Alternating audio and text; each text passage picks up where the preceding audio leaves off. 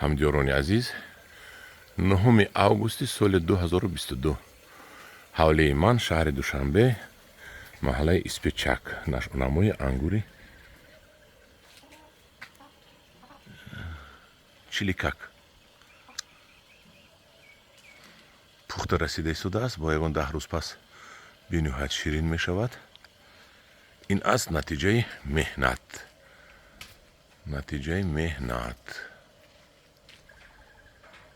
ҳолам бисёр мондам, соли оянда умуман кам мекунам.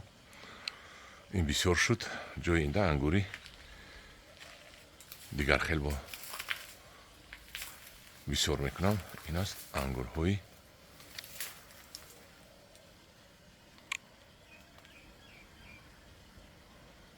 чиликак. ана ҳозир чиликаки сиёҳашро нишон медиҳам. ин аст чиликаки сиёҳ дар ҳамин як дарахт. ман ҳамин як дарахт пайванд кардагӣ, инҷа чиликаки сафед, инҷа чиликаки сиёҳ.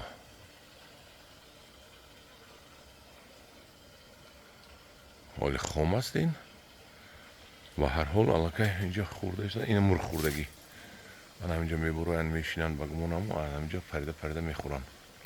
хай ҳарчи ризқашро мехӯрад. ва боз инҷо шоҳонаям ҳаст. шоҳона. дидед? ангури дарахти ангури шоҳона.